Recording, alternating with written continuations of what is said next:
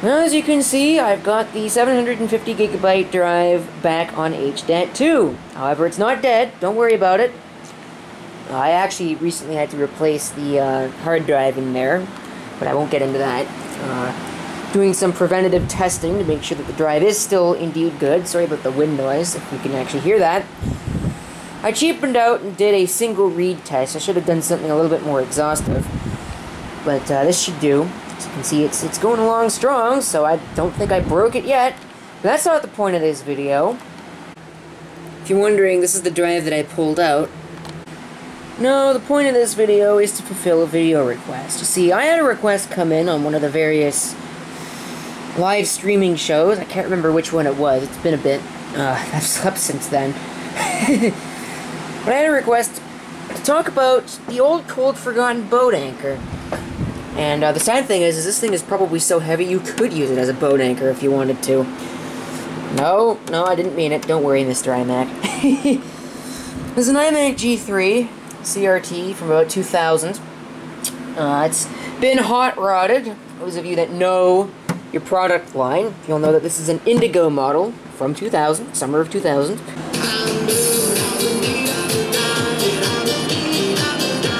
But that it originally came with a 350 megahertz PowerPC G3 equipped motherboard with no FireWire.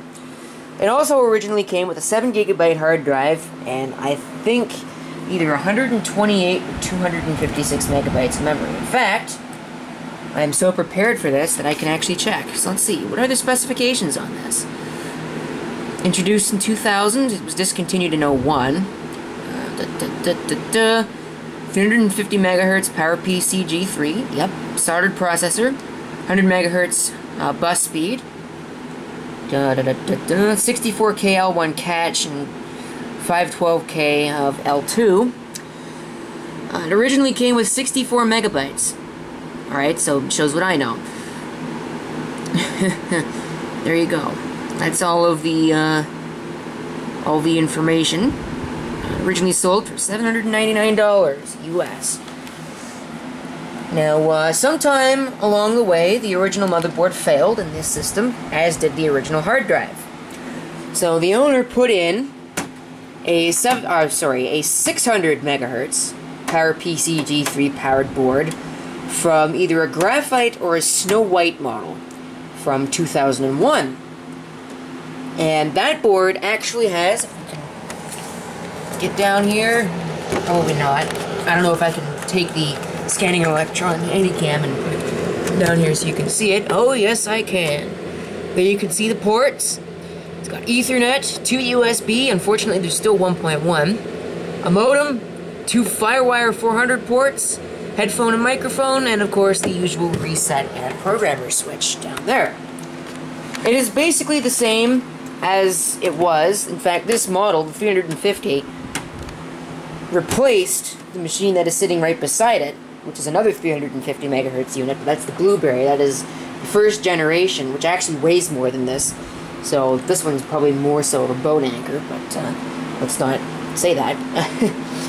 Still slot loading, and it's got the 2 headphone ports on the front that the other one does. There's really not much to talk about this, but it's got 768 megabytes of RAM and a 15 gigabyte Western Digital hard drive in it. What else? It's running system or OS 10.4.11. So there's not really much to talk about. It was sitting in my closet for the longest time, but I finally brought it out, and we're gonna power it up here. Now it's got a bit of a problem. First of all, the startup chime ignores my system volume setting. I should move this iMac out of, or PowerBook out of the way, but I'm not going to. Alright, I'm not sure if you'll be able to see it in the upper corner. Probably not. There is some dancing in the picture. It looks like the picture... It's actually better today than it usually is, but I've noticed that the picture will shake around, and it's pretty badly out of focus. This is a high-hour unit, unfortunately, so it's been well used. And you probably won't be able to see it, and it's disappeared now. But, Yeah, you can just about see that the focus is not exactly the greatest. I mean, that is in focus right there on the camera, so I don't know. It's booting up the classic system. I need to install some of my classic applications like Office and all that stuff on here. There's actually some fringing, some colored fringing on the side there that you might be able to make out, so that's not really good. I think the deflection circuit in this system is starting to get weak, and it might be getting ready to fail. Hopefully not, because this is a nice unit for what it is. If it will bring up my system information, there we go. Focus. See, 600 megahertz PowerPC G3 with 768 megabytes of RAM. Now if we go back here and take a look at the system profiler, if I can bring that up. I don't know where that is. Actually, I could probably just access it from here. That's easier. Alright. So it's a PowerMac 4.1, originally a PowerMac 2.2. Whoops, sorry about that. I'm really sorry about the flickering, but there's not much I can do. PowerPC 750 with 256K L2 catch. Wow. Still at 100 megahertz bus speed, though. In terms of drives, we've got... Here's the 15 gigabyte Western Digital Caviar drive. Nice drive. Just about half, a little bit less than half of it is used. And we've got a CD-ROM drive. Let's see, audio. Yeah, the focus is really getting bad on this thing. In fact, it just got worse after I turned it on, so it's hard to read. I wonder if I can adjust the focus. I don't really feel like it. Can't support burning. No fiber channel, but it does have FireWire up to 400 megabits a second. ATI Rage 128 Pro. 1024 by 768. That's not a standard resolution. I should probably drop this to 800 by 600. That's what the panel or the display runs at on the other thing. So I'm gonna leave it at that. Focus is still pretty bad, but that's to be expected. See, we got one 256 megabyte chip and one 512 megabyte chip. You can see it's actually, there's a difference in speed there. No PC cards, no PCI cards, no SCSI. You can see some AC settings. No printers, no serial ATA, and we've got USB. It's USB 1.1. Just like, yeah, no, that's not what I wanted. USB 1, yeah, it's just USB 1.1, like it was on the old board. So, you got this. That's what it's plugged into. It's got two USB ports on it, and the keyboard, which is up here, has two USB ports in it as well, one of which is holding the mouse. Yes, these are mismatched peripherals. No, I don't particularly care. I also noticed something else while looking at the specifications here. It doesn't supply the original motherboard, if I can find it. I just lost it. There it is. Has no expansion slots and no expansion bays.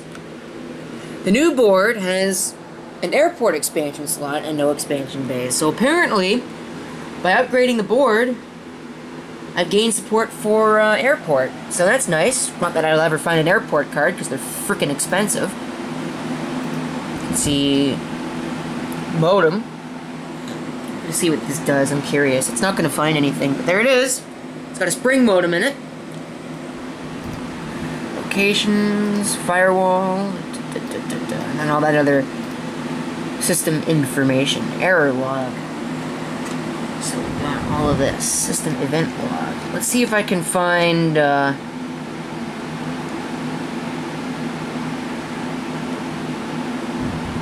kernel panic. Because this thing has, you know, panicked at a couple of points in time. So I don't know. Oh, there it is. Panic.log. There we go. So you can see all of the system crashes. And there are several of them. So I'm going to get out of that. We're now running in the CRT's native resolution, I think, although it should be able to support 1024 by 768. But according to, you know, this right here, Where is it? I saw something about the maximum resolution. Oh, native resolution is 800 by 600. So it does support 1024 by 768 at 75 Hertz, but this is the native resolution of this CRT. I'm going to turn it back up to 1024 by 768 because this just looks weird. So go ahead and do that. And that is pretty much it. One other thing I'm going to point out is this. When is the last time you have seen this old iTunes logo? That's right, it's the iTunes logo with the green little music note on it. So let's see if it opens and updates. Wonder what version of iTunes this is actually running. Let's find out. Alright, wow, that's an old user interface. Let's see. About iTunes. iTunes version 4, 4.7.1. Blast from the past there. Speaking of, let's go online with this thing. Of course, something important in the realm of internet connections is actually having an internet connection available. I'll tell you what, it is really odd seeing that screen on such an old system. Wow, all stuff that I will never have. This is running Safari version 4.1.3. It's the last version that is supported on an iMac G3, or at least in OS 10.4. This is running 10.4.11. I've also got 10.4 Fox, which is the main browser. Should be the latest version. Might not bring it up here. Version 31.7. Alright, so we're gonna go and take a look at some things. Watching a YouTube video on something like this is not recommended, however you can still do flash-based things.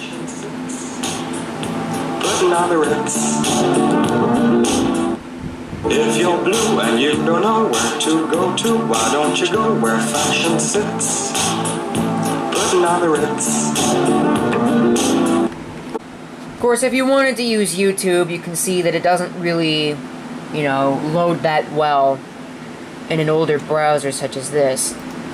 And if we go ahead and try it in 10.4 Fox, I don't believe 10.4 Fox will support it, but we can try. I'm not a big fan of this keyboard, if I do say so myself. So we'll see what happens. I believe 10.4 Fox supports HTML5, but I have not been on YouTube in a very long time on such an old system. So, let's see what happens. See, it's taking a while to load, too. Making an attempt at it anyways. Well, as you can tell, it looks like it will not be able to watch YouTube videos at all. In the center. But I found it today's. Well, that was inconvenient. I had to enable Windows file sharing on here because for whatever reason it will not connect to my network share over here. I don't understand that because it's perfectly fine, so there's obviously something wrong with this system right here. So we're going to close that, close this, and we're going to try and attempt to play a video using QuickTime. Let's see if this works. What? I don't think so. Well, this is odd. I managed to at least get the audio. Here's a computer you don't expect to find at the recycling But there's center, no video. But I found it today sitting right on top of the dumpster. So of course I grabbed it. Well, I guess it's better than nothing. Alright, so the other one was a bust. Turns out there's something wrong with the video. However, this one works, I think. I get up in the morning. Doesn't play exactly very well. In my truck. So you can probably tell. Sweet, but this one down here is not. You can get an idea for that. I wonder if it's because it's an MP4 video and it's not an MOV. I'm going to try something here. Alright, so as you can tell, there's not much multimedia-wise that it can do, so we're going to delete all of that. What are you talking about? Yeah, I don't think so. No, you're not. Well, I don't know why that's happening, because it shouldn't be, but anyways, that's pretty much it for this video. Thank you for watching. If you have any comments, do feel free to leave them down below. Now, this is CP666 signing off. Hope to see you next time. Till then.